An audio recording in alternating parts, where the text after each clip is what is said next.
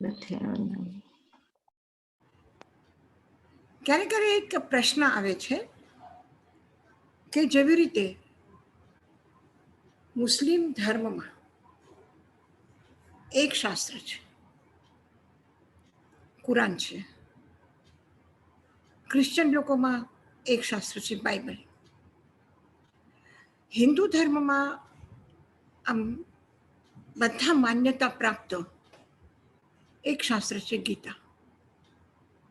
તો જૈન ધર્મમાં કેમ એક શાસ્ત્ર નથી?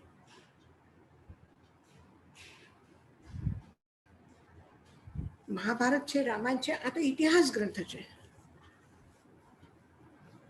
પણ શાસ્ત્ર તરીકે બધા પરંપરામાં માન્ય એવો એક ગ્રંથ હોવું જોઈએ ને. કોઈ એક વ્યક્તિને પૂછે કે તમે શું કામ કરો છો? બિઝનેસ કરો છો? શેનું બિઝનેસ કરો છો? તો કહેશે કે હું એલ્યુમિનિયમનો કરું છું, કોઈ કહેશે સોના ચાંદીનું કરું છું, કોઈ કહેશે લોડાનું કરું છું. પણ જે વધારે બિઝનેસ કરે છે એ શું કહેશે કે અમારો ટ્રાન્સપોર્ટનું પણ છે, ટ્રાવેલિંગ એજન્ટનું પણ છે, કન્સ્ટ્રક્શનનું પણ છે, આ પણ છે, તે પણ છે. તો કોઈ એક ડિપાર્ટમેન્ટમાં કામ કરે છે, એક પ્રકારનો વ્યવસાય કરે છે, કોઈ ઘણા બધા પ્રકારનો એક સાથે ધંધો કરે છે, અલગ અલગ છે. તો જેના પાસે જેટલું વધારે હશે એ કહેશે ને મારા પાસે આટલા કામ છે. જે જોબ કરે છે એ કહેશે હું આ એક કંપનીમાં જોબ કરું છું, એક કંપનીનું નામ લેશે. પણ જેની ઘણી બધી કંપનીઓ છે તો પછી શું કરશે? ઘણા બધા નામ લેશે. તો એવી રીતે તમારા પાસે આટલું બધું સમૃદ્ધ સાહિત્ય છે, તમારા આટલા બધા સમૃદ્ધ શાસ્ત્ર છે, અને પછી શાસ્ત્ર ઉપર પણ લખાયેલા ઘણા મોટા સંખ્યામાં પુસ્તકો લખાયેલી છે. આજના નવા સાહિત્યમાં નહીં પણ પ્રાચીન સાહિત્યમાં સૌથી વધારે સાહિત્ય જૈન ધર્મનું સાહિત્ય છે, અને દરેક ભાષામાં છે. પાછું સંસ્કૃતમાં છે, પ્રાકૃતમાં છે, શૌસેની પ્રાકૃત છે, અર્ધમાગધી છે. પ્રાકૃતમાં પણ અલગ અલગ પ્રકારના છે, એમાં પણ છે. અને અર્વાચીન જે નવી ભાષાઓ છે એમાં પણ લિપિ અલગ અલગ. એટલું બધું સાહિત્ય, વિપુલ સાહિત્ય, વિશાળ સાહિત્ય. અને પછી સબ્જેક્ટ પણ તમે જુઓ, કેટલા બધા સબ્જેક્ટ ઉપર તમને વિગતથી માહિતી મળશે. આટલા સબ્જેક્ટ તમે કોઈ પણ બીજા ધર્મશાસ્ત્રમાં ગોતવા જાઓ તો નહીં મળે, તમને નહીં મળે. એક કોઈ પણ નાની સરખી વાત તમે લઈ લો. એક શ્રાવકના પહેલા વ્રત છે અહિંસાનું વ્રત. જે અહિંસા વ્રતમાં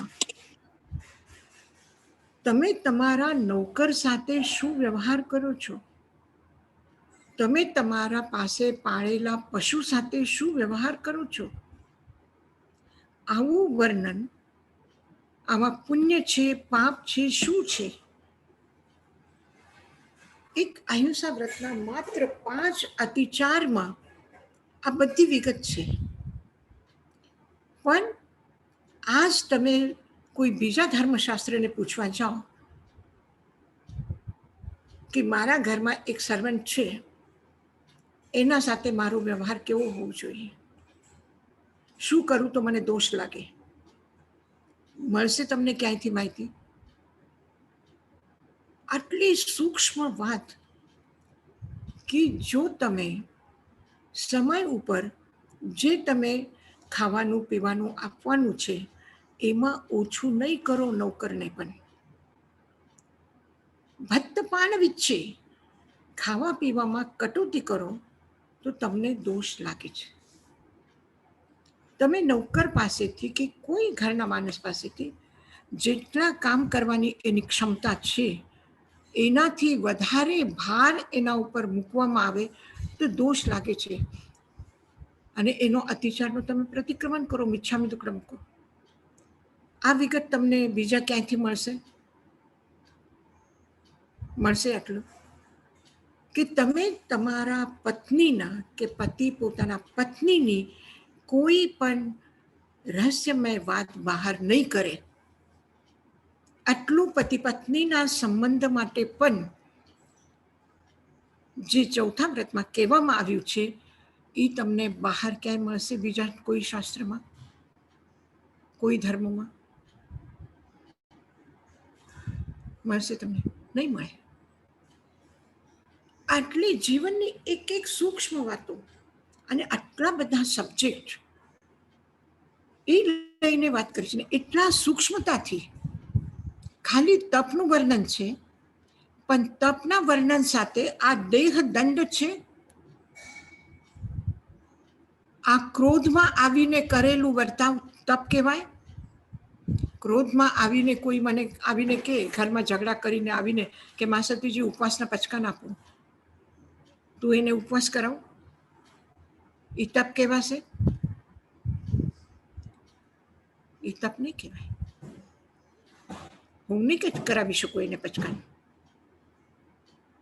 તો આટલી એક તપ સાધના છે, એ સાધનામાં પણ કેટલા સૂક્ષ્મતાથી ધ્યાન રાખવામાં આવ્યું છે. એક કર્મ સિદ્ધાંત છે. કર્મ સિદ્ધાંતનું જે આપણે અત્યારે વિવેચન કરીએ છીએ કે કર્મ અને આટલું વૈજ્ઞાનિક અને બીજા ધર્મશાસ્ત્ર જે પણ કંઈ કહે છે એમાં તમારી વાત કેટલી સચોટ છે એ પણ સમજાવે છે. પાછું ધારો કે કર્મ બંધ થયા, હવે કર્મ બાંધ્યા, તમે કર્મ કર્યા, મેં કર્મ કર્યા, જે પણ કંઈ કર્મ કરે છે એનું ફળ કોણ આપશે? એક પરંપરા છે, ધાર્મિક પરંપરા, કે છે કે ઈશ્વર આધીન છે કર્મ.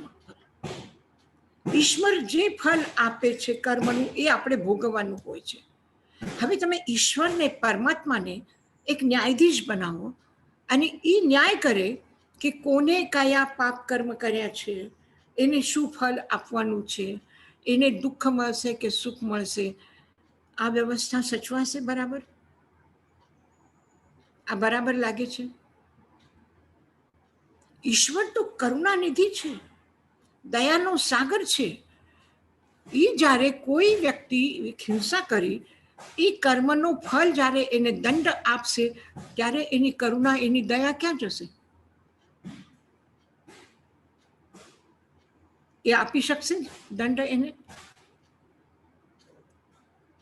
એક દંડ આપી શકે? એ માં પણ પોતાના દીકરાને દંડ આપી નથી શકતી, તો એક પરમાત્મા કેવી રીતે આપી શકે? આને તમે સાંભળ્યું હશે, ઘણી વખત અમે જોયું છે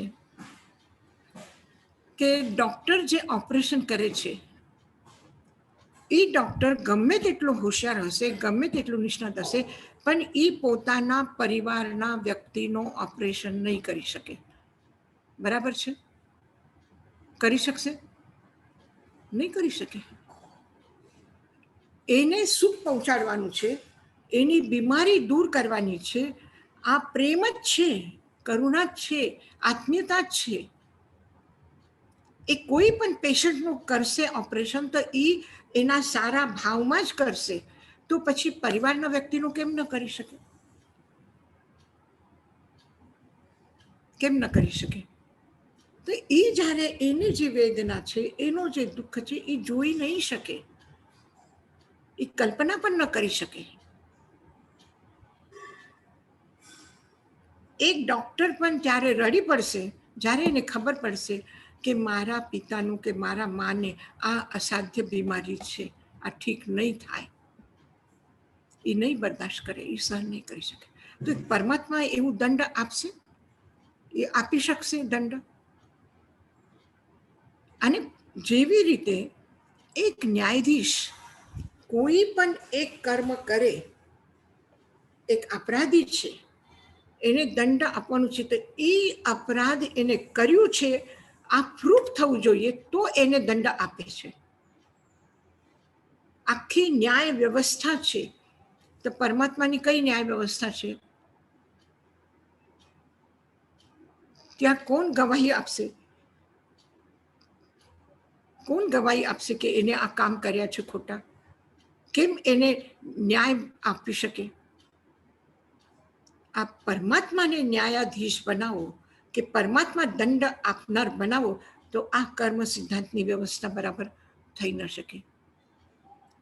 એક ન્યાયાધીશ પણ પોતાના સામે અપરાધીને ઊભો રાખીને એની સાંભળીને એના અભિમત જાણીને એના વિરોધમાં વકીલ શું કહે છે, લોયર શું કહે છે, એના પ્રમાણ કરવાવાળા વ્યક્તિની ગવાહક શું છે એ બધું જુએ છે. તો પરમાત્મા આપણા સામે આવે છે કોઈ દિવસ જોવા માટે? આપણને પરમાત્માના દરબારમાં જઈને જે ઊભા રહેવું પડે છે. તો આ કેવી રીતે વ્યવસ્થા પરમાત્મા કરી શકે? તો પરમાત્માને દંડ આપનાર કોઈ એક વ્યક્તિ એ તરીકે આપણે નથી કહી શકતા. તો પછી કોણ દંડ આપે, કોણ ફલ આપે કર્મનું? કર્મનું ફલ કોણ આપે? કોઈ એવી કાનૂનની વ્યવસ્થા થશે કે સુપ્રીમ કોર્ટ છે, હાઈકોર્ટ છે, ડિસ્ટ્રિક્ટ કોર્ટ છે, એવી કઈ વ્યવસ્થા છે? તો આ કર્મ ફલ આપનાર વ્યવસ્થા શું છે? કોઈ બીજા વ્યક્તિ કોઈને ફલ નહીં આપી શકે. કોઈ હાથમાં કાનૂન બીજાના હાથમાં નથી કે હું અપરાધ કરું અને અમારા અપરાધનો દંડ કોઈ મને બીજા આપે, હું ભૂલ કરું અને બીજા મને સજા આપે, કે કોઈ જેલ છે કે કોઈ એના પર જેલર છે, એવું કઈ છે નહીં.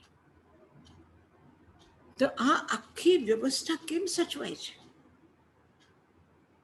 અચ્છા, કર્મ ફલ મારા મને મળે માની લીધું, ચાલો આપણે એક જૈન ધર્મના અનુસાર જેને કર્મ કર્યા છે એને એના ફળ એના કર્મના અનુસાર મળે છે.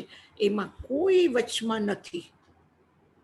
કર્મ કરનાર વ્યક્તિ અને ફલ ભોગનાર વ્યક્તિમાં ત્રીજો વ્યક્તિ કોઈ વ્યવસ્થાની જરૂરત નથી. આખી વ્યવસ્થા ખતમ કરી નાખી કે કોઈ ત્રીજો વ્યક્તિ એમાં આવીને તમને ફલ આપે, એનું પરિણામ ભોગવવાનું તમને મજબૂર કરે, એવું કોઈ વ્યક્તિ નથી. આ વ્યવસ્થા જ પૂરી ટોટલ અલગ છે. જેને કર્મ કર્યા છે, જે કર્મ કર્યા છે એ પ્રમાણે એ ફલ ભોગવશે. હવે ફલ ભોગવવાનો જે પ્રશ્ન છે એમાં પણ ઘણા અલગ અલગ વિચારો છે. એક એ છે કે આપણે જોઈએ છે કે એક વ્યક્તિ બહુ સારું છે, બહુ સજ્જન પ્રકૃતિનો છે, બહુ મનનો સારો છે, દિલનો સારો છે, કર્મ એના બહુ સારા છે, એ પ્રામાણિક છે, ભક્તિવાલો છે, અને તો પણ દુઃખ ભોગે છે. તો સહેજે આપણે કહીએ છીએ કે આટલા સારા વ્યક્તિ અને આટલા દુઃખી કેમ થાય? એના સારા કરેલા કર્મ એને ફળ કેમ નથી મળતું એનું સારું? સારા કર્મ કરે છે તેને સુખી થવું જોઈએ, એ દુઃખી કેમ થઈ જાય છે? અને જે પાપી છે, જે ઉપદ્રવી છે, જે આતંકવાદી છે, જે ખરાબ કામ કરે છે, આટલી હિંસા કરે છે, આટલા ક્રૂર સ્વભાવના છે, એ તો આયશો આરામ કરે છે. તો એને સુખ કેવી રીતે મળે? પાપ કરીને. અને સારા કામ કરવા વાળા દુઃખી કેમ છે અને ખરાબ કામ કરવા વાળા સુખી કેમ દેખાય છે? એનું શું કારણ છે? તો એના સારા કરેલા કર્મનો ફળ એને ક્યારે મળશે? કેવી રીતે મળશે? આવે છે કે નહીં પ્રશ્ન? કોઈ એવા આપણે આસપાસમાં આપણે વ્યક્તિ જોઈએ કે આટલા સારા છે અને દુઃખ ભોગે છે, તે થાય છે ને કે આટલા સારા કર્મ કર્યા છે, એને આખા જિંદગીમાં કોઈ દિવસ ખરાબ કામ કર્યા નથી, અને પછી એના જીવનમાં દુઃખ કેમ આવ્યું? આ એટલા સ્વાસ્થ્યના અનુકૂળ રહેવાવાળા, કોઈ દિવસ ખરાબ ચીજ લીધી નથી, કોઈ દુર્વ્યસન નથી, કોઈ કાંઈ નથી, પછી આ બીમારી કેમ થઈ ગઈ? આ બધા પ્રશ્નોનું એક જ સમાધાન છે કે આખી આ કર્મ સિદ્ધાંતની થિયોરી છે કે દરેક કર્મનો ફલ જ્યારે કર્મ બાંધે છે ત્યારે એ કેટલા એનો તીવ્રતાથી એનો ફળ મળશે. તીવ્ર ફળ, તીવ્ર એટલે જેમાં વધારે દુઃખ છે, પીડા છે, આઘાત છે, એવો ફળ મળશે. કોઈને થોડું હલકું મળશે, કોઈને થોડું પ્રમાણમાં દુઃખ આવશે, કોઈને વધારે પ્રમાણમાં દુખશે. કોઈના દુઃખની સમય સીમા ઓછી છે, કોઈની અધિક છે. કોઈને એક થોડા ટૂંક સમય માટે બીમારી આવે છે, કોઈને લાંબા સમય સુધી બીમારી આવે છે. વર્ષો ને વર્ષો એ બીમારીમાં કાઢે છે. તો આ કર્મ ફલ ભોગવાની જે અવધિ છે, સમય છે, લાંબો છે, કોઈનો ટૂંકો છે, એના પરિણામ તીવ્ર છે, મંદ છે. એના વધારે ખરાબ ક્રૂર કર્મ ભોગવવા પડે અને કોઈને વધારે થોડું ઓછું દુઃખથી ભોગવવું પડે. તો આ બધું કેમ છે? આ બધું કેમ છે? તો એનું પણ બધું જ્યારે કર્મ બંધ થાય છે એ જ વખત લાંબા સમયના છે કે ટૂંક સમયમાં છે, એ ઉદયમાં ક્યારે આવશે? આ જન્મમાં આવશે કે આવતા જન્મમાં આવશે કે તરત જ એના ફળ મળશે? આ બધું એ વખત જ નક્કી થઈ જાય છે. એ પ્રમાણે કર્મ કર. જે ભાવથી તીવ્ર કષાયમાં બાંધેલા કર્મ તીવ્ર દુઃખને આપે છે, મંદ કષાયમાં બાંધેલા કર્મ મંદ દુઃખ આપે છે. એની અવધિ પણ લાંબી અને ટૂંકી એના ભાવના અનુસાર થાય છે. તો એના જેવા ભાવ છે એ પ્રમાણે એવી રીતે આવે છે. તો એ કેમ આવે છે? એ કેમ આવે છે? જ્યારે એક આપણે ખેતરમાં આપણે બીજ વાવીએ. હવે બંગાળમાં કે બિહારમાં ચાવલ ઉગાડવામાં આવે છે અને ચાવલમાં વધારે પાણી લાગે છે. અને જે જમીનમાં પાણી વધારે નથી, વરસાદનું પાણી વધારે નથી, કૂવાનો આસપાસને પાણી એને વધારે મળી શકે એવું નથી, તો ત્યાં ચાવલની ખેતી નહીં થઈ શકે. રાજસ્થાનમાં જઈને કોઈ કહે કે હું ચાવલની ખેતી કરું, જ્યાં ઓછું વરસાદ હોય ત્યાં ચાવલની ખેતી નહીં થાય. આખું પાણીમાં તરબતર રહેવું જોઈએ એવું ખેત હોય તો પછી એમાં ચાવલની ખેતી થઈ શકે છે. કાળા કલરના માટીમાં અલગ ધાન પેદા થાય, રેડ કલરના માટીમાં અલગ ધાન પેદા થાય છે, થોડું ગ્રે કલરની માટીમાં અલગ પાક તૈયાર થાય છે. એનું ટેસ્ટ પણ જુદું જુદું આવે છે. એનો ટેસ્ટ પણ અલગ આવશે. જે ગુજરાતમાં અનાજનો ટેસ્ટ છે એ તમે બિહારમાં એ અનાજનો ટેસ્ટ ગોતો કે બિહારમાં મગ છે કે અમુક જાતના ખાસ વિશિષ્ટ અનાજ છે, એ તમે અહીંયા પેદા કરીને જુઓ તો એ ટેસ્ટ નહીં આવે.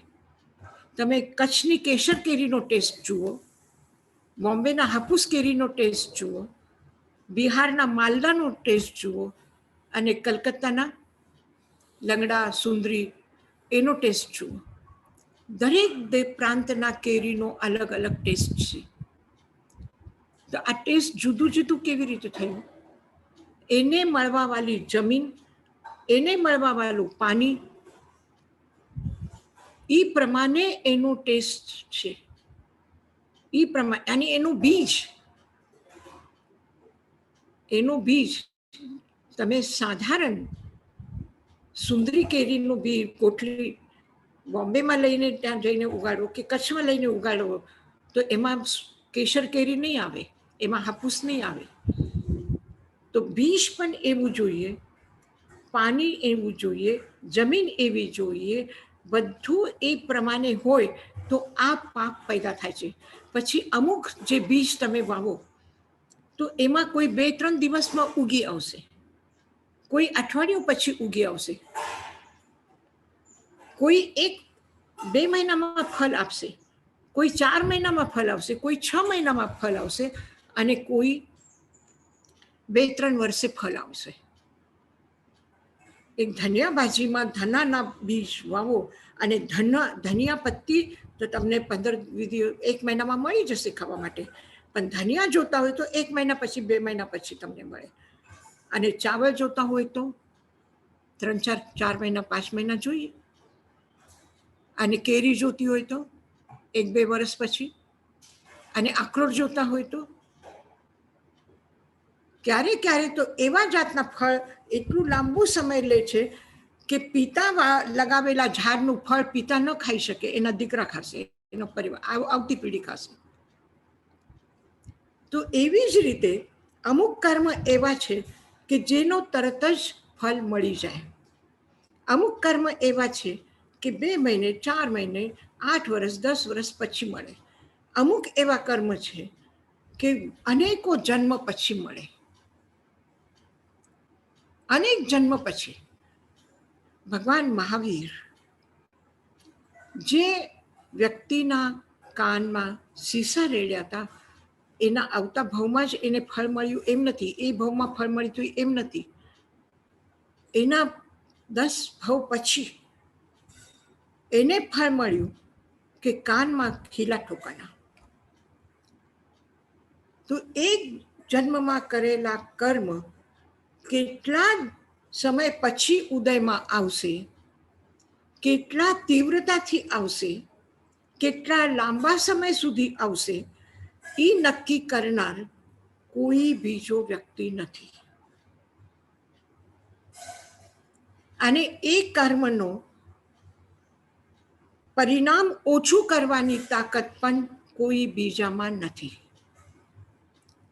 એક કૈદી એક જેલમાં રાખેલા અપરાધીને સજા આપવામાં આવી હશે કે 10 વર્ષ સુધી એને જેલમાં રહેવું પડશે, પણ એનો વ્યવહાર સારું હશે, એ ખૂબ સારી રીતે બધા સાથે રહે છે, બહુ સારું કામ કરે છે, બહુ સારી રીતે રહે છે, કોઈનું શિકાયત કરતા નથી, કોઈને સતાવતા નથી, કોઈને તકલીફ આપતો નથી, તો એની જે જેલની અવધિ છે એ ઓછું થાય છે. થાય છે કે નહીં? થાય છે ને? થાય છે.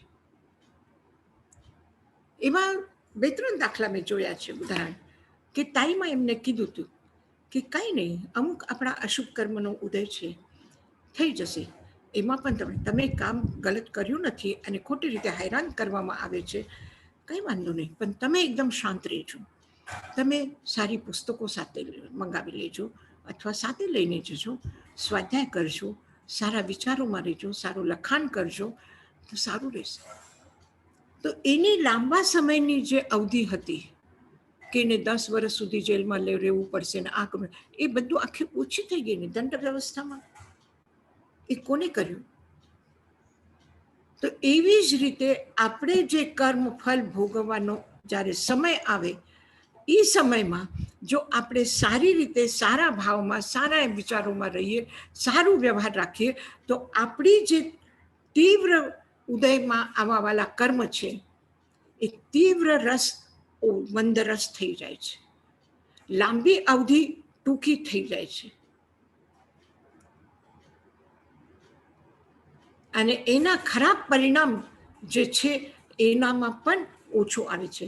એ કર્મથી બીજા નવા કર્મ બંધાય છે. તો જે નવા કર્મ બાંધવાની સ્થિતિ છે એ સ્થિતિ પણ શું થાય છે? જેવા ઉદયમાં આવ્યા એવા જ એનાથી પણ વધારે તીવ્ર કર્મ પણ બાંધી શકાય છે, અને એનાથી ઓછા કર્મ બંધાઈ શકાય છે. તો એ કોણ કરે છે? એ પણ પોતે કરીએ છીએ, આપણે જ કરીએ છીએ. એટલે ગઈ વખતે જે મેં તમને કીધું કે પોતાને જ બધું કરવાનું છે, પોતે જ એના જવાબદાર છો, કર્મ ફલ કર્મ બંધનના જવાબદાર પોતે જ છીએ, કર્મની સ્થિતિ બનાવવા વાળી જે સ્થિતિ છે, કાલ અવધિ છે, એ બધું આપણે જ નક્કી કરીએ છીએ. જે પરિણામ આવવાના છે એ પણ, એના ફળ પણ આપણે જ નિશ્ચિત કરીએ છીએ. અને ફળ ભોગવાની જે સ્થિતિ છે એ ક્યારે આવશે એ પણ સમય કોને નિર્ધારિત કર્યું છે એ આપણે જ કર્યું છે, બીજા કોઈ કરવા વાળું નથી. નહીં તો એક મોટી લાંબી એવી, જેવી રીતે બહાર દુનિયામાં કાનૂનની વ્યવસ્થા છે એવી વ્યવસ્થા આ કર્મ સિદ્ધાંતની પણ કરવી પડી હોત. આ એક મોટું વિજ્ઞાન છે. એની એક એક સ્થિતિની એક એની માહિતી બરાબર ડિટેલમાં આપણને મળશે. અને કોઈ એને કાપી શકે એવું તર્ક બીજા કોઈ પણ સંપ્રદાય પાસેથી કે કોઈના ધર્મ પાસેથી આનું ખંડન કરી શકે એવી સ્થિતિ નથી. તો એટલું વૈજ્ઞાનિક છે આ, અને એટલું સચોટ છે આ કર્મ સિદ્ધાંત કે એક એક સિદ્ધાંત એક એક રીતે પરિપૂર્ણ સિદ્ધાંત છે. તમે આત્મ વિજ્ઞાન લો તો એ પણ પરિપૂર્ણ છે, તમે કર્મ સિદ્ધાંત લો તો એ પણ પરિપૂર્ણ છે. જે પણ છે એ પરિપૂર્ણ છે. એ જ એની પ્રામાણિકતા છે, એ જ એની સચોટતા છે, અને એટલા માટે એ બરાબર સત્ય છે. એમાં કોઈ પણ શંકા છે? એમાં કોઈ પ્રશ્ન છે તમારા કે આ રીતે નહીં થઈ શકે, આ રીતે થઈ શકે છે, આ બરાબર છે, આ ખરાબ છે, આ યોગ્ય નથી, આ બરાબર છે? છે કોઈને પ્રશ્ન?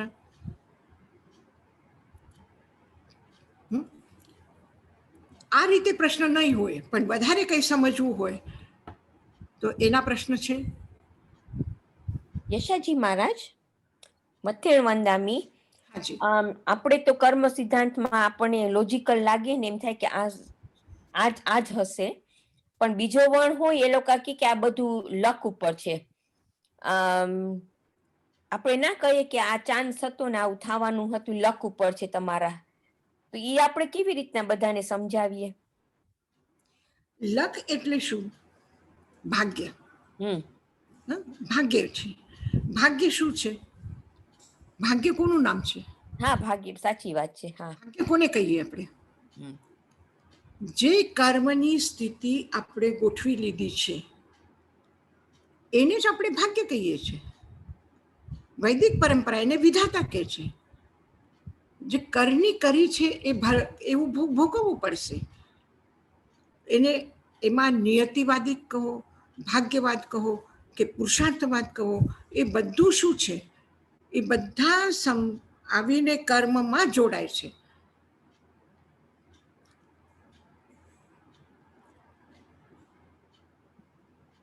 બરાબર. એને નામ આપણે સમજવા માટે કે એ કરવા માટે આપણે એને અલગ અલગ આપ્યા છે. અને ઘણા એમ કે આ બધું તો આપણે બધું એક જારમાં નાખીએ ને બધું ઊંચું કરીએ ને તમારા થવાનું હતું એ થયું, એવી રીતના ઘણા સમજાવે. એ આપણને ખબર નથી કે, એટલે આ સાચી વાત છે, કર્મ જ એક છે કે આપણને આન્સર આપી શકે. યશાજી મહારાજ, મથેળ વંદામી, જે કર્મ ઉદયમાં આવે પછી આપણે એને ફેર ના કરી શકીએ ને? જે કર્મ ઉદયમાં આવ્યા પછી ઉદયમાં આવ્યા પછી એની ફેર ના કરી શકીએ ને આપણે? ખાલી સત્તામાં હોય એની જ ફેરફાર થાય, પણ ઉદયમાં આવે એ ભોગવવા પડે. અને જે પ્રમાણે જોરથી બોલો, સ્પષ્ટ નથી તમારી અવાજ.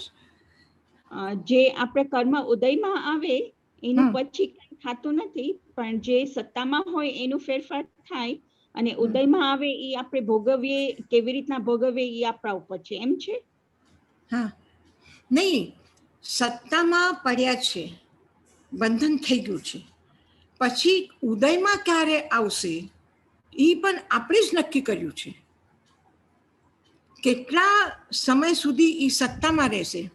હવે જેવી રીતે ભગવાન મહાવીરનું છે કે એને જ્યારે કર્મ બાંધ્યા હતા અને અનેક ભાવ પછી એ કર્મ ઉદયમાં આવ્યા, તો અનેક ભાવ સુધીના સમયમાં એ કર્મ ક્યાં હતા? એ કર્મ એમને પડ્યા હતા, સત્તામાં હતા. એ વિદ્યમાન છે, તમારી સાથે જ છે. કર્મ આપણી સાથે જ છીએ, પણ હજી પડેલા છે, એ બહાર નીકળ્યા નથી. એ બહાર જ્યારે નીકળે છે, એક પહેલા જૂના જમાનામાં કોઠી બનાવતા હતા માટલાની, મોટું માટલું કહીએ જેને, એમાં અનાજ ભરીને રાખતા હતા. એક મોટા મોટા ઘડાની જેમ એક માટીનું બનાવે, એને એમાં અનાજ ભરે, પછી ઉપરથી એને લેપ કરે, અને 4 મહિને, 6 મહિને, 8 મહિને, 10 મહિને જ્યારે એને જરૂરત હોય ત્યારે એમાંથી અનાજ કાઢવાનું. તો એનો ઢાંકણું ખોલીને અનાજ નહીં કાઢવાનું. અનાજ ક્યારે કાઢે? એક નાનું છેદ કરી દે એમાં, અને છેદ કરીને પછી એમાંથી અનાજ કાઢે. જેવી રીતે એક પાણીના ટંકીમાંથી આપણે પાણી પાઇપથી કાઢી લઈએ, એવી રીતે.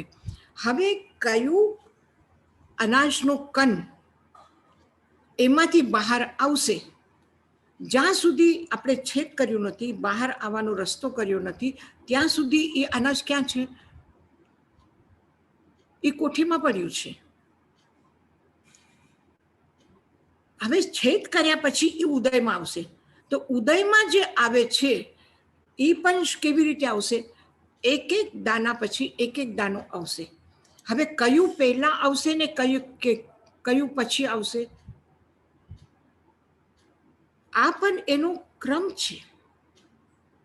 એ ભરેલું છે આખું, અને એમાં છિદ્રમાંથી જેમ જેમ નીકળતું જશે એમ એમ નીચે આવશે અનાજ, અને એમાંથી પછી આવવાનું ક્રમ શરૂ થશે. થેન્ક યુ યશાજી મહારાજ. જ્યાં સુધી છે ત્યાં સુધી સત્તામાં પડ્યું છે. પછી જ્યારે ઉદયમાં આવે ત્યારે, જ્યારે ઉદયાવલીમાં આવે ત્યારે નિર્જરા થાય છે.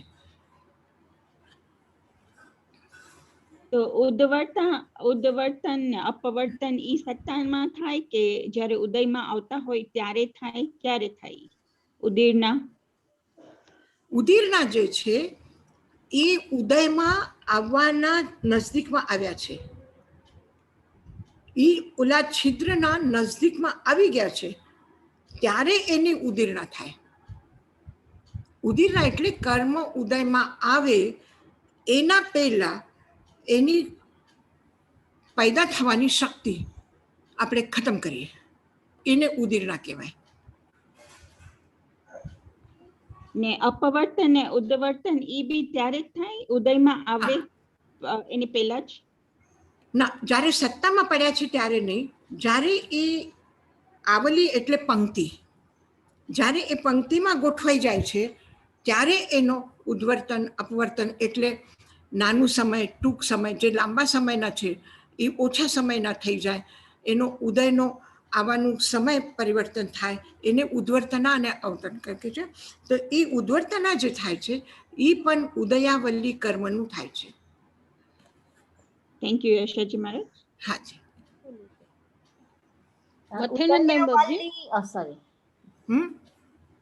ઉદયાવલી એટલે શું યશાજી મહારાજ? ઉદયાવલી એટલે શું છે કે જે અંદર તો ઘણું બધું ભર્યું છે, પણ બધું જ તો નળમાંથી બહાર નથી આવતું. તો એનું આવવાનું જ્યારે ક્રમ ગોઠવાઈ જાય છે, તમે જોયું હશે કે આમ ભરેલું હોય અને એમાં એક છિદ્ર કરીએ, આપણે છેદ કરીએ, કાનું કરીએ. કાનું કર્યા પછી શું થાય છે કે જે મોઢા આગળ છે એ નીકળી જાય, પછી ઉપરનો અનાજ નીચે પડે, એ મોઢા આગળ આવે, અને પછી મોઢાથી નીકળી જાય. ક્યારે ક્યારે જે મોઢાના સામે છે એ પણ એના સાથે આવી જાય. તો ચારે બાજુથી પણ આવે છે અને એમાંથી પણ આવે છે. જેવી રીતે એક બોરામાં આપણે થેલીમાં બાલુ ભરી દઈએ, અને બાલુમાં પછી તમે એમાં એમ કરો કે અલગ અલગ કલરની બાલુ કરો.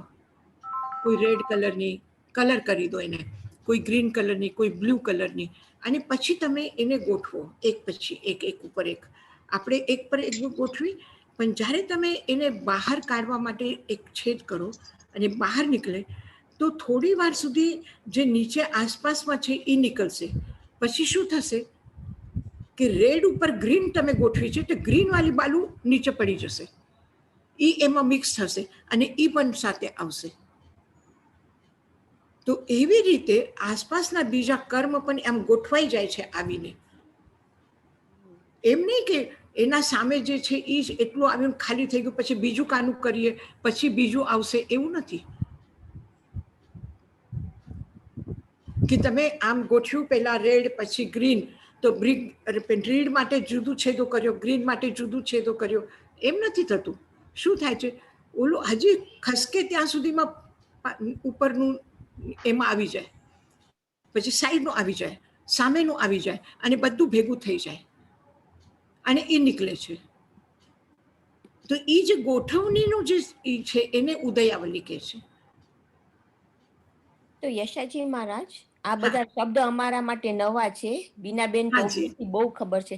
ઉદ્વર્તના ને અપવર્તનાનો અર્થ શું? કે ઉદયમાં આવવાની તૈયારી હોય ત્યારે?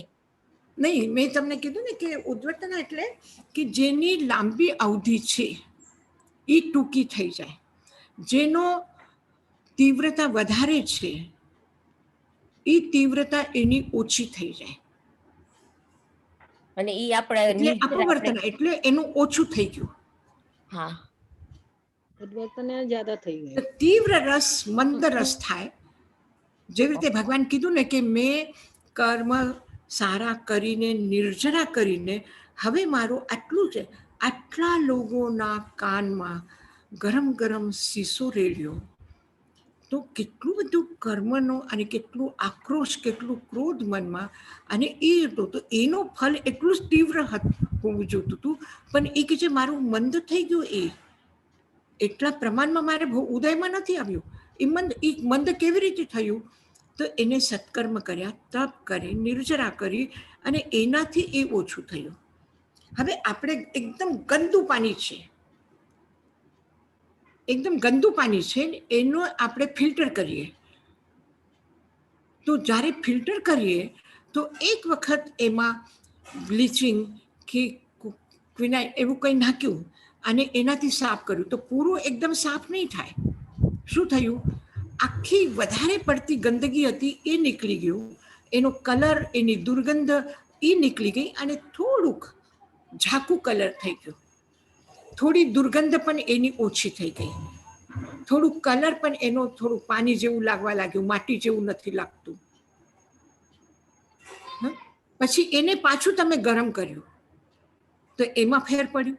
પછી ગરમ કરીને ખાલી વરાળ તમે એક ટ્યુબમાં લઈ લીધી, તો એમાં શું થયું? પછી તમે એમાં ગુલાબના ફૂલ નાખ્યા, તો એમાં શું થયું? ચેન્જ થયું ને.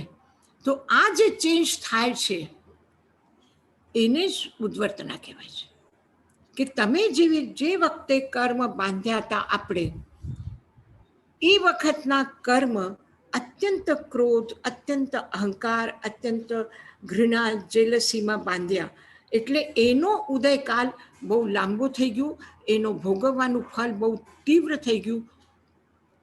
કે જેટલા ક્રૂરતાથી કોઈને મેં માર્યા છે એટલા જ ક્રૂરતાથી એ મને દુઃખ આપશે અને મને પણ એ તીવ્ર દુઃખ અનુભવવું પડશે.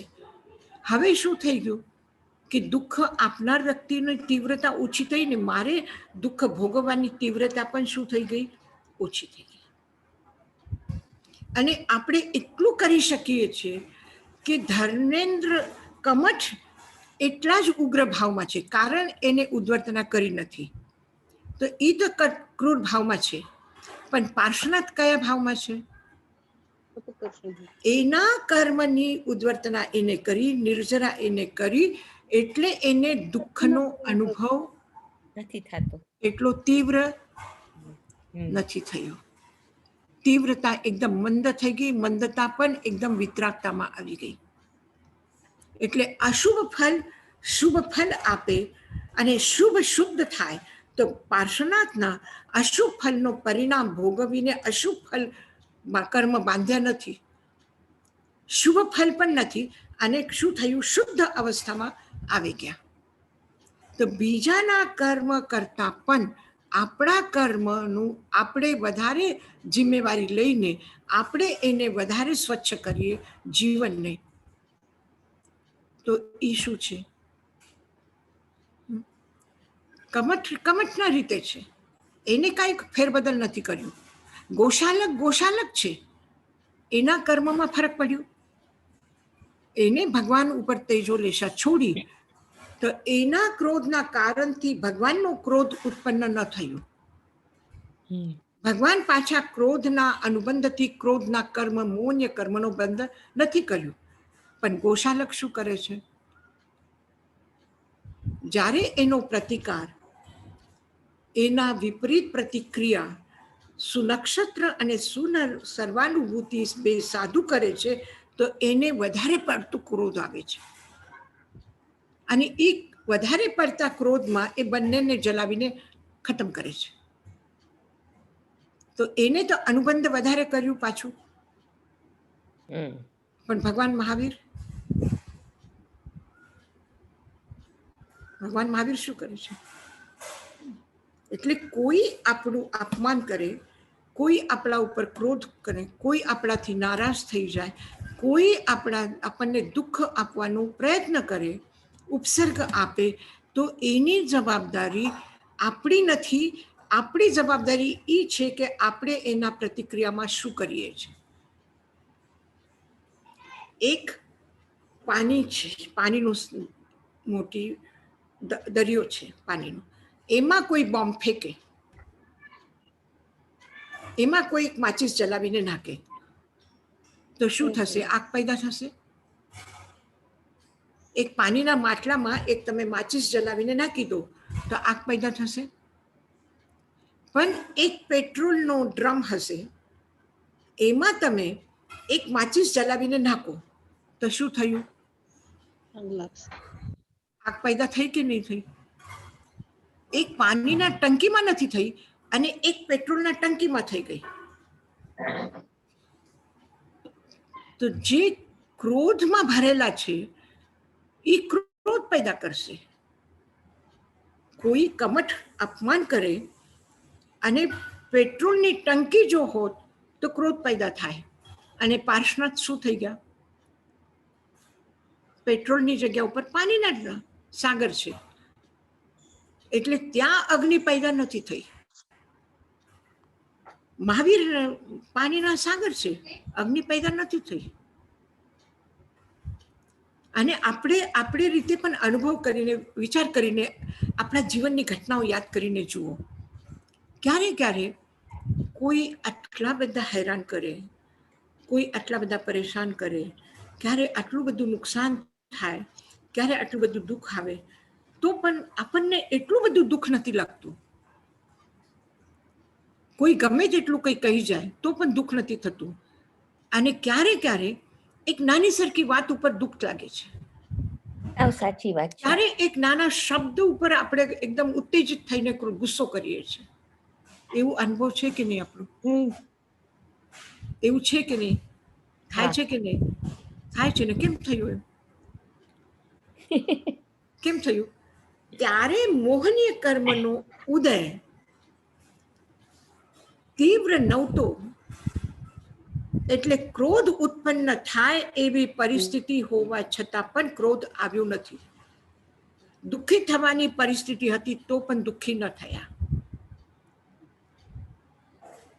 એક વ્યક્તિ પ્રતિકૂળ પરિસ્થિતિમાં સારું કામ કરી જાય છે. હવે તમે લોકો આ કોરોનાનો આવી ગયો, અર્થક્વેક આવી ગયો, ત્યારે શું કર્યું? આપણે આ સમય મળ્યું, સ્વાધ્યાય કર્યો, આપણે કોઈને ભોજન આપ્યું, અર્થક્વેકમાં લોકોને મદદ કરી. તો અર્થક્વેકના કારણથી દુઃખી થયા કે બીજાના દુઃખ નિવારણનું કામ કર્યું? પરિસ્થિતિ શું છે? પરિસ્થિતિ શું છે? કોઈ એક વ્યક્તિ બીમાર પડે અને બીજું અર્થ ધ્યાન કરવા બેસી જાય, રડવા બેસી જાય, અને એક વ્યક્તિ એને હિંમત આપે, ધીરજ આપે, એની સેવા કરે, એની સારવાર કરે અને એને સારું કરી દે. તો દુઃખ પેદા થાય એવા સ્થિતિમાં પણ શું કર્યું આપણે? સેવા કરી, એની બીમારી હલકી કરી, એના મનને દુઃખી નહીં થવા દીધું. અને આપણે જ રડવા બેસીએ તો સેવા કરવા વાળો પણ રડે છે કે મારી સેવા થતી નથી, અને આપણે રડી કે અમે શું કરીએ હવે, તમારું આમ થઈ ગયું, અમે શું કરીએ હવે. તો આ કોના ઉપર આધારિત છે? એ કરવા માટે કોઈ ઈશ્વરની પ્રેરણા, કોઈ ઈશ્વરનો હાથ, કોઈનો એ જરાય નથી. જે છે એ બધું આપણું જ છે, આપણા ઉપર છે, પરિણામ આપણા ઉપર છે. આપણે જ બીજ વાવ્યું છે અને આપણે જ એ ઉગેલા ફળને ખાવાના છે. કરતા પણ આપણે છીએ અને ભોગતા પણ આપણે છીએ, અને જ્ઞાતા દ્રષ્ટા થઈને નિર્જરા કરવા વાળા પણ આપણે જ છીએ. વાદળા કોણ પેદા કરે છે? વાદળા કોણ પેદા કરે છે? સૂરજ વાદળા પેદા કરે છે. અને ઢંકાઈ કોણ જાય છે? સૂરજ ઢંકાઈ જાય છે. અને એ વાદળાને દૂર કોણ કરે છે? સૂરજ કરે છે. આપણે જ પેદા કરીએ છીએ, આપણે જ ઢકાઈ જવાના છે એનાથી. જેવી રીતે એક આપણે ચાદર બનાવી, સૂત કાત્યું, એની ચાદર બનાવી અને આપણે જ ઓઢીને સૂઈ ગયા, અને પાછા ઉઠશે કોણ? ચાદર હટાવશે કોણ? આપણે જ કરવાનું છે. એમાં કોઈ બીજા ઉપર પરિસ્થિતિ નથી, કાલ નથી, પરમાત્મા નથી, કોઈ પાડોશી નથી, કોઈ મિત્ર નથી, કોઈ શત્રુ નથી, કોઈ નથી બહાર. જે છે એ આપણી રિસ્પોન્સિબિલિટી છે દરેકમાં. એ આપણું જ કરેલું છે અને આપણે જ કરવાનું છે. યશોજી મહારાજ, હાજી. હું પ્રશ્ન પૂછી શકું? હા હા હા.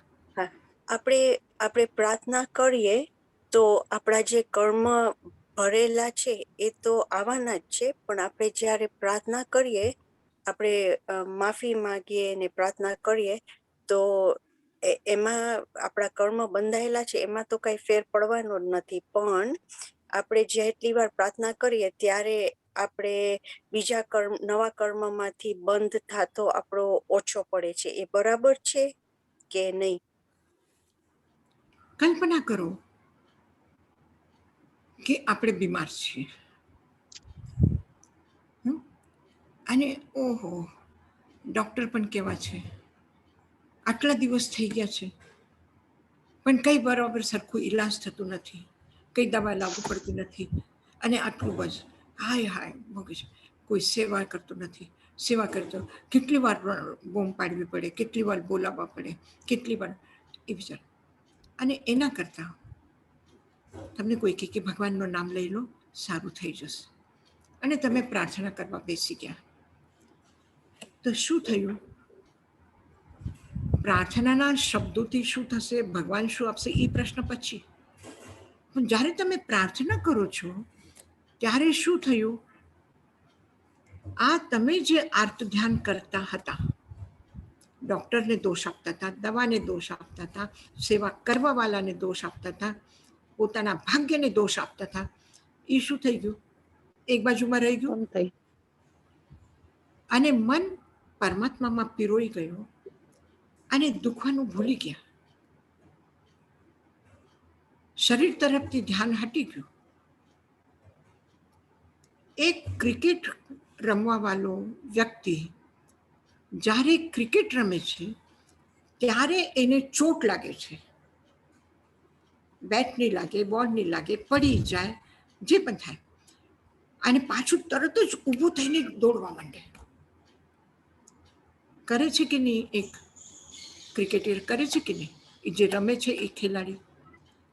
અને એને ત્યારે દુઃખનો અનુભવ નથી થતો, એને ખબર નથી પડતી મને વાગ્યું છે, મને દુખે છે.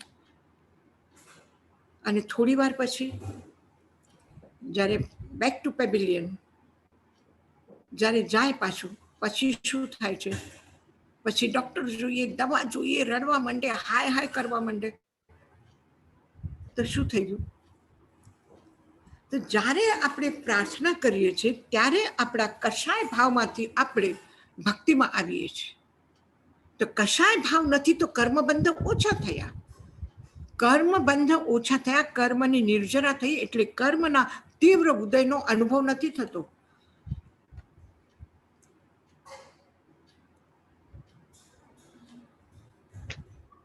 આવી ધ્યાનમાં.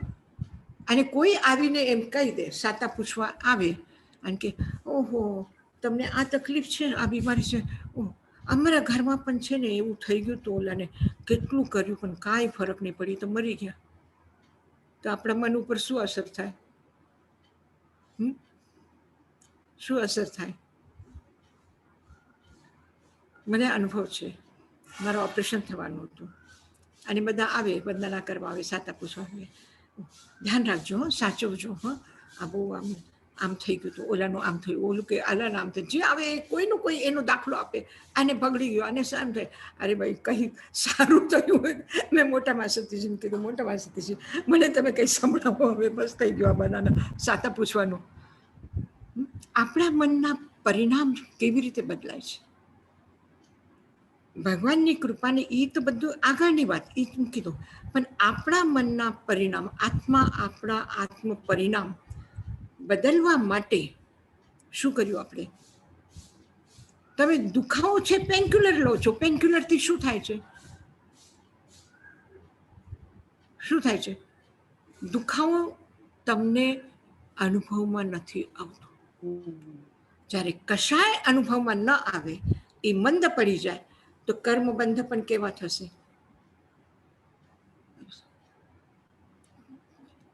અને એના માટે એક આપણું સાધન છે, આપણું એક શ્રદ્ધાનું કેન્દ્ર છે, આપણા એક ભક્તિનું કેન્દ્ર છે. અને એ વ્યક્તિ નહીં, પણ એવા સ્થાન, એવા શબ્દો પણ આપણા માટે એ વખતે શું થાય છે? અને એટલા માટે આપણા ઘરમાં પણ આપણે એક જગ્યા એવી રાખવી જોઈએ કે જ્યાં આપણે બેસીને મેડિટેશન કરીએ, પ્રાર્થના કરીએ, ત્યાં આપણે કોઈ પણ અશુભ વિચાર ન કરીએ, આપણે અશુભ વાત ન બોલીએ, આપણે ઊંચી અવાજમાં કે આપણે કઠોર અવાજમાં ત્યાં એ જગ્યા ઉપર નહીં બોલવાનું. અને પછી તમે જુઓ કે એ જે તમારા સદભાવથી ચાર્જ થયેલી જગત છે, જેવી રીતે ઓપરેશન થિયેટરને સ્ટરલાઇઝ કરવામાં આવે, તો પછી એનું શું થાય છે? ઇન્ફેક્શન ન થાય ત્યાં. બરાબર? સ્ટરલાઇઝ થઈ જાય તો પછી ઇન્ફેક્શન નહીં થાય. તો એવી જ રીતે એવી સ્ટરલાઇઝ કરેલી, એવી ઉર્જાથી ભરેલી જગ્યા ઉપર તમે જાઓ તો ત્યાં શું થશે? ત્યાં પોતાની મેળે એકદમ શાંતિ અનુભવ થશે. એકદમ શાંતિ અનુભવ થશે. તમે ખૂબ ગરમીમાં, તાપમાં દોડીને આવો છો અને એક ઝાડની છાયાના નીચે બેસી જાઓ, તમને શું લાગશે? કેવું લાગશે? ઠંડક મળશે, તાપ નહીં લાગે. અને તાપમાં બેઠા હોય તો તરસ લાગશે, ખાવાનું ભાવે નહીં, માથું પણ ગરમ થઈ જશે, આવાજ પણ થોડી ગરમ થઈ જશે. અને શાંત એમાં રહો તો એમાં ફરક પડશે કે નહીં પડશે? તો આ બધું આખું એના ઉપર છે. એટલા માટે આપણા ઘરનું વાતાવરણ, આપણા બોલવાની ભાષા, આપણી પ્રતિક્રિયા, એ બધું બહુ સાવધાનીપૂર્વક, કે જોઈને એવું લાગે. ઘણી વખત તાઈમાં કલા મંદિરમ પાસે જતા હોય છે, અને હમણાં જ થોડા દિવસ પહેલા એક અંજાન કપલ આવ્યું અને આવીને એકદમ ભેટી પડ્યું. અમે લોકો કીધું ને થોડું ડિસ્ટન્સ, કે ના, ભેટી પડ્યું એકદમ. ભેટી પડીને કે હું મારા લાઈફમાં એવા ઉર્જાવાળા ગુરુને શોધતો હતો અને તમે મને મળી ગયા. તો એ બીજાને કેમ નહીં એમ કહ્યું? એને બીજા પણ કોઈ માણસ છે, બીજાને કેમ નથી કહેતા? એ પણ એના પરિવારના બીજા લોકોના સાથે રહે છે, પાડોશીના સાથે રહે છે. કોઈને તો કહે છે નહીં કે આટલા આધ્યાત્મિક ઉર્જાથી કોઈ ભરેલા મારા ગુરુની હું શોધમાં હતો અને તમે મને મળી ગયા. એક અંજાન વ્યક્તિ, કોઈ દિવસ આપણે એને જોયું નથી, એને પણ તાઈવાને જોયું નથી. અને કેમ એમ થાય છે? આપણે ગુસ્સો કરીએ તો કોઈને પણ થોડો પૂછી લો, જે આપણના પ્રતિકૂળ હોય એને નહીં, પણ જે આપણા અનુકૂળ છે, આપણા પ્રેમી છે, એને પૂછો કે મારું ચહેરો કેમ લાગે છે ક્રોધમાં, ગુસ્સામાં. અને જ્યારે હું શાંત હોઉં, જ્યારે હું પ્રેમ કરું, જ્યારે હું પ્રેમની વાતો કરું, ત્યારે હું કેવી લાગુ છું, જરા પૂછી લેજો. શું દેખાય છે? અને હું તો કહું છું છોકરાઓને કે મમ્મી ગુસ્સો કરે ને ત્યારે કહી દેવાનું, મમ્મી તું હસે છે ત્યારે બહુ સારી લાગે છે, તું ગુસ્સો કરે છે ત્યારે સારી નથી દેખાતી. કહી દેવાનું મમ્મી, એટલે મમ્મી હસવાનું શરૂ કરી દેશે. એટલે આપસમાં કહી દેવાનું કે જરા હસીને દેખાડ ને. તો શું થાય છે? એક વિનોદમાં, એક પ્રેમથી કહેલું શબ્દ બધા ક્રોધને શું કરે છે? શાંત કરે છે કે નહીં કરે છે? તમે તપેલા તવા ઉપર પાણી નાખો તો તવો ઠંડો થાય છે કે નહીં થાય? કે ગેસ ફાસ્ટ કરો તો પછી વધારે? રોટલી જ્યારે તમે બનાવો ત્યારે રોટલી ફૂલાવી હોય તો ગેસ એકદમ વધારે ટાઈમ રાખો તો રોટલી જલી જશે. અને ગેસ થોડું ધીમી કરો. રોટલી શેકવાની પણ છે, કાચી નથી ખાવાની, શેકવાની છે પણ, અને જળી પણ ન થઈ દેવાની, જલાવીને નથી ખાવી. તો એ આપણું એક વિવેક છે.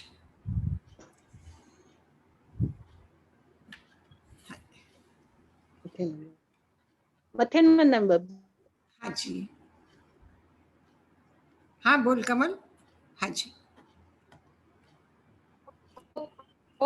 है कोई गलती हो जाए उस समय कर्म बंद हो चाहिए था, ये मेरे हाँ से कोई गलती बात हो गई, नहीं, तो हो जाए उस समय गलती. हमारे अपकर्षण होता है ना कर्मों का. नहीं, चलते समय में, ચાલતી વખતે કાંટો પગમાં લાગી જાય તો શું કરીએ? निकालेंगे उसको. કાઢી નાખવાનું. એ રડવા બેસવાનું કે એને દોષ આપવાનું કે કેવા ઝાડ છે, કાંટા ઉગી આવે છે? नहीं, जब हमारा अपकर्षण કોના होता है, કરેલા કર્મથી કાંટા ઉગ્યા છે અને મારા કયા કર્મ હતા नहीं, એ ઉગ્યા છે, એ બધું વિચારવા કરતા તરત જ जब हमारी कर्मों की स्थिति हाँ तरत होता है, और उसको यदि हमने बोला कि नहीं नहीं ऐसा होना ही था, मुझे तो ऐसा बोलना ही था, जबकि जब हमारा उद्वर्तन होता है क्या कर्मों का, नहीं स्थिति बराबर, का, हमारे कर्म का उदय था इसलिए बोला गया, ठीक बात. ऐसा ही सिद्धांत, यही सिद्धांत जब दूसरा हमें बोलता है तब भी समझ लेना कि दूसरे व्यक्ति का कर्म का उदय था तो बोला गया, बात खत्म हो गई. तब तो नहीं हम सोचते हैं. हम दूसरों बीमार व्यक्ति को कहेंगे कि तेरे अशुभ कर्म का उदय है, तू बीमार पड़ा, तू भोग. ठीक है, ये कर्म सिद्धांत तुमने आपने उसको बता दिया. लेकिन जब हम बीमार पड़ते खुद, तब दौड़ करके हॉस्पिटल क्यों जाते हैं, डॉक्टर के पास क्यों जाते हैं, दवा क्यों लेते हैं, सेवा करने वाले की अपेक्षा क्यों करते हैं, सेवा न करे तो उसको दो शब्द सुना देते हैं, ये सब क्यों करते हैं? नहीं, हम भी ये सोचे हमारा मेरा कर्म कहने का का उदय मतलब आया, हमें भोगना है. नहीं, मुझे इतना ही कहना था बाबू जी कि हाँ? जब हमारे ऐसे विचार आते, हाँ. जब किसी पर क्रोध आता है ना, हम बोले अच्छा ही किया मैंने, जबकि जब उद्वर्तन की स्थिति नहीं, क्रोध उदय में आया, क्रोध बढ़ किया, जाती फिर क्या है बोले आप? हमारे कर्मों की, या फिर जबकि जब हम मैंने आपका आवाज बराबर ठीक से सुनाई नहीं दे रहे शब्द. कर्म उदय में आए, क्रोध किया, फिर क्या? जब हमारे क्रोध आया, हम क्रोध आया और फिर हमको उसका पश्चाताप हुआ था, जबकि जो अपकर्षण होता है क्या कर्मों की स्थिति का, लगता है अपकर्षण होने को ऐसा. अगर पश्चाताप हो रहा है, आप प्रायश्चित कर रहे हैं, पश्चाताप कर रहे हैं, संकल्प कर रहे हैं, कि अब ये दोबारा मैं इस तरह से क्रोध नहीं करूंगी, तो आपके कर्म की निर्जरा हो गई। कर्म का निर्जरा बंधन, तब की तब होती है, हाँ, निर्जरा होती है। तब की तब होती है कर्म की निर्जरा, या स्थिति कम होती है हमारे कर्मों की। हाँ, निर्जरा ठीक होती है ना। नहीं, स्थिति कम होती है क्या? उस समय हमारे बंध पड़ गए, स्थिति बन गई, अपकर्षण होता है क्या उस समय? नहीं नहीं, कर्म की स्थिति का बंद होने के बाद भी हाँ, कर्म की जो अवधि दीर्घ है उसको रस्व होती है, मतलब लंबी अवधि कम होती है, तीव्र रस मंद होता है, तो ये भी तो हो रहा है ना, ये भी एक निर्जरा का प्रकार ही है ना। ये तो संपूर्ण धीरे क्षय धीरे नहीं होता है कि हुआ। उस समय, नहीं वो जब धीरे धीरे पश्चाताप होता है कि उस समय हो जाता है? नहीं नहीं, जब आप पश्चाताप करेंगे तब होगा। जब तक पश्चाताप नहीं किया है तब तक वो कर्म बंध की स्थिति बन गई, हो गया, वो वैसी ही रही। तो धीरे धीरे कम होंगी ना, वो धीरे धीरे कम होंगी ना, नहीं, आप एक एक शब्द बराबर, वो स्थिति हमारी धीरे धीरे कम होंगी, उदय काल में धीरे नहीं, धीरे धीरे का कम का वैसे कुछ नहीं, कोई क्रम नहीं। मुझे ऐसी थोड़ी कंफ्यूजन। नहीं, धीरे और जल्दी का कोई सवाल नहीं अच्छा, है। ठीक, धीरे ठीक। और जल्दी का सवाल नहीं है, क्योंकि अगर आपने, जैसे क्रोध की तीव्र और मंद स्थिति है, वैसे आत्म भावों की भी तीव्र और मंद स्थिति है। आपने जितनी शीघ्रता से, जितनी तन्मयता से, जितनी लगन से पश्चाताप किया है, आलोचना की है, उतने ही लगन से, उतने ही शुद्ध भाव से उसकी निर्जरा होगी।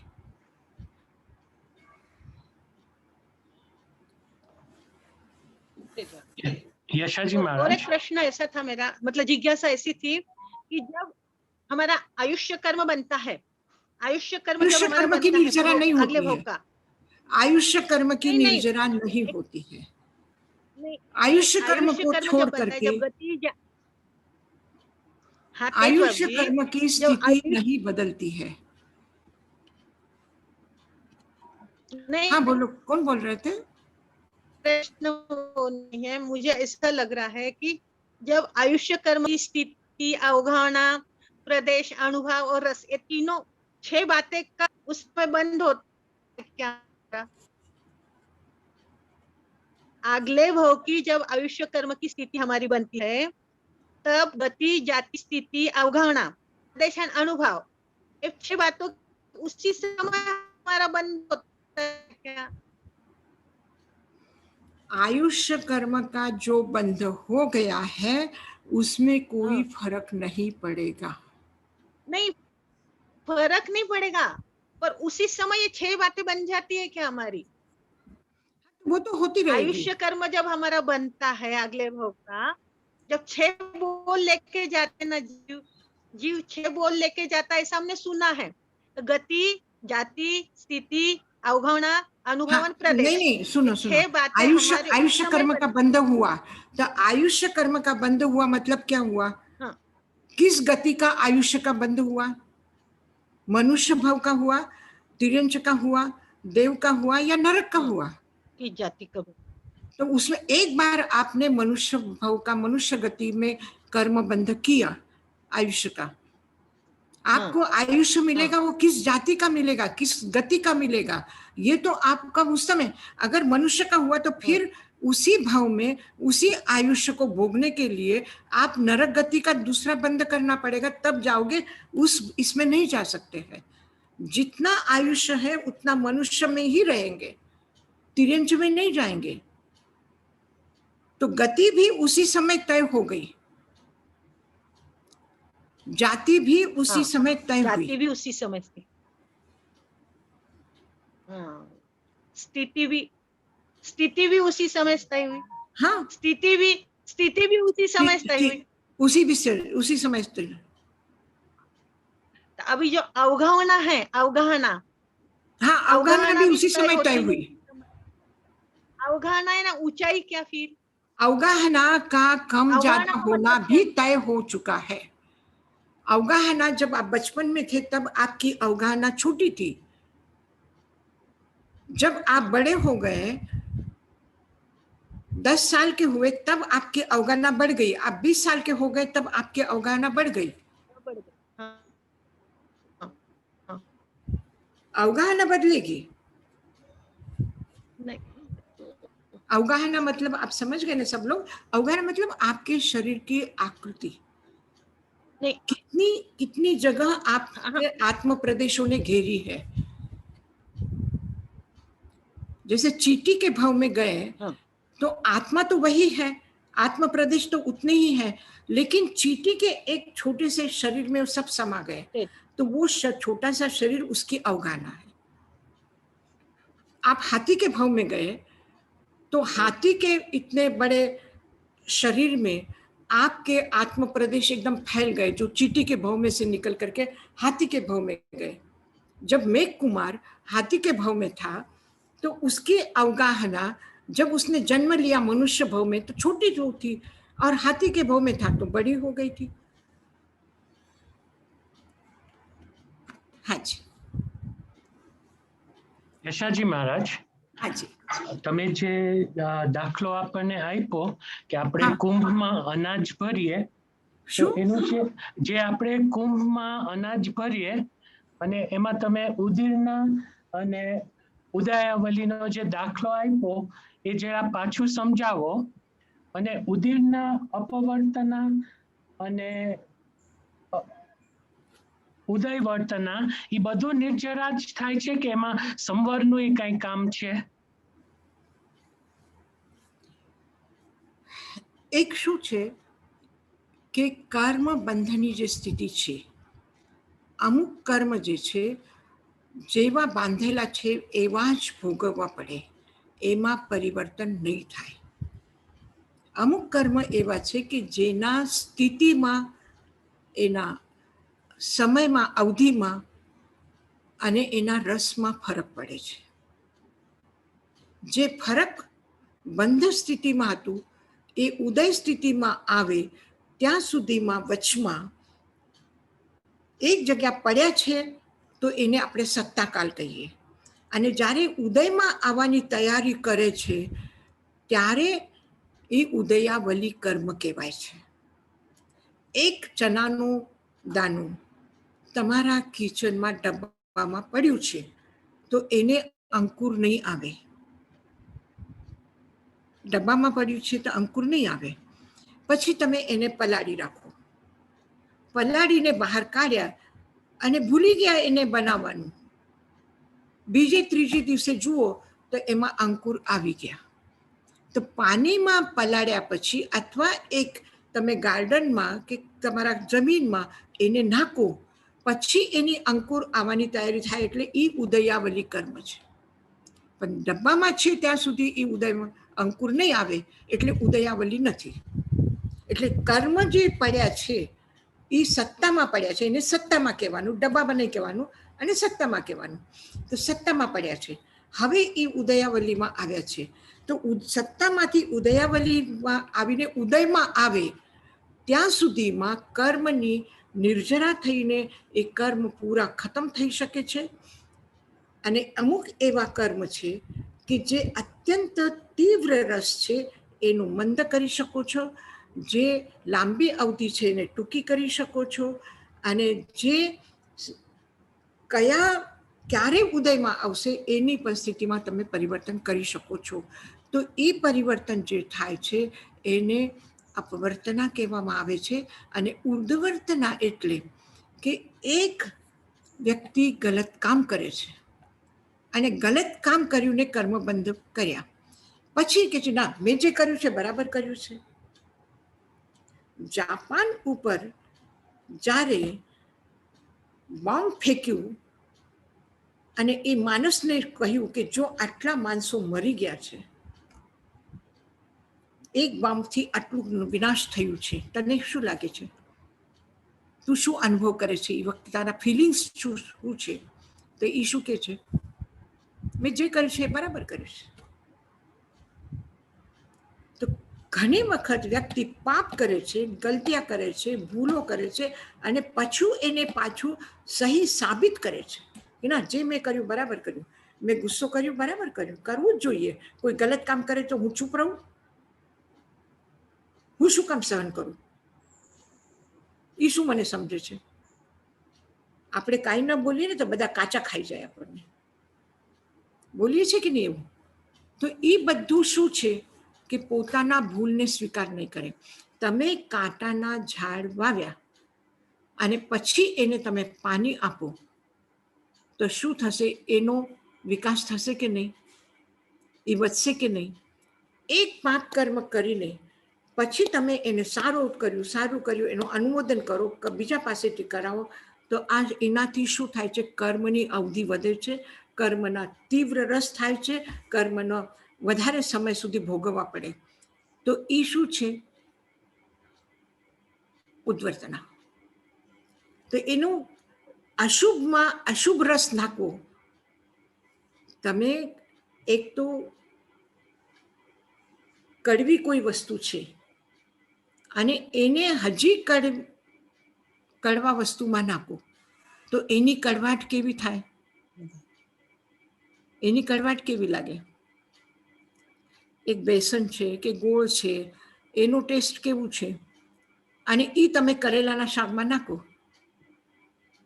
તો ગોળનો ટેસ્ટ શું થઈ ગયો? થોડું મીઠાશ છે એટલે ગોળ જેવું લાગે, પણ થોડું કડવો પણ થઈ ગયું છે.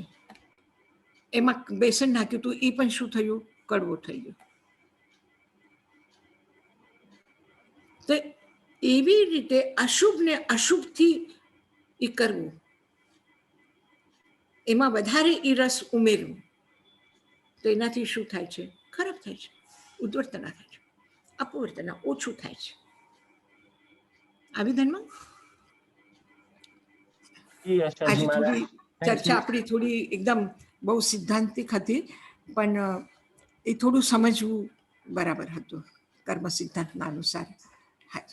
યશાજી મહારાજ, તમે એટલી ફાઇન રીતે સમજાવ્યું છે, અમને એમ થાય કે આ પાછું સાંભળીએ, મારા મગજમાં રહી જાય. બહુ જ ફાઇન રીતે સમજાવ્યું. Thank you very much. મધેન વંદામી યશાજી મહારાજ. આપણી પાસે બીજો એક પ્રશ્નનો સમય છે કે નથી? આપણી પાસે બીજો એક પ્રશ્નનો સમય છે કે હવે બંધ કરવું છે? મને કઈ વાંધો નહીં, તમને બધાને અનુકૂળ હોય તો ચાલશે. આપણે બધાને ઓરાઈટ છે. આપણે અજ્ઞાનતામાં અમુક કર્મ બાંધ્યા હોય, કેમ કે ત્યારે આપણને જ્ઞાન ના હોય, અજાણતામાં, અને આપણે પછી 10, 15, 20 વર્ષ પછી આપણને ખ્યાલમાં આવે કે આ મેં બહુ મોટી ભૂલ કરી છે, પણ એનું તો મારું કર્મ બંધાઈ જ ગયું છે, પણ આપણને એનો અફસોસ થાય, આપણે એનું માફી માંગીએ, તો આપણે સ્ટીલ આપણે ભોગવવું તો પડશે જ ને એ કર્મ. બરાબર છે. અજ્ઞાનમાં હોય કે મોહગ્રસ્ત થઈને કરીએ, આપણે જાણીએ છીએ કે આ ખોટું છે, તો પણ કોઈના કહેવાના દબાવમાં આવીને કે કોઈ પ્રેશરમાં આવીને કે કોઈના આત્મીયતાના કારણથી કે બીજાને તકલીફ ન થાય, ચાલો કરી લઈએ, તો ગમે તે રીતે જે આપણે કર્યું છે અને પછી આપણે જે અફસોસ કરીએ, પશ્ચાતાપ કરીએ, એનાથી નિર્જરા થાય છે. એ બીજું કાંઈ નથી. એક કપડું ગંદુ છે, એ ગંદુ કપડું થઈ ગયું, જાણતા થયું કે અજાણતા થયું, આપણે કોઈ એના માટે દોષી નથી. આપણે ચાલતા હતા અને સાઈડથી બીજી ગાડી આવી અને કીચડથી છાટના આપણા કપડા ઉપર પડ્યા અને ગંદા થઈ ગયા, અને ભૂલથી આપણે પડી ગયા, પગ લપસી પડ્યું અને પડી ગયા અને ગંદા થઈ ગયા. કોઈ ધક્કો માર્યો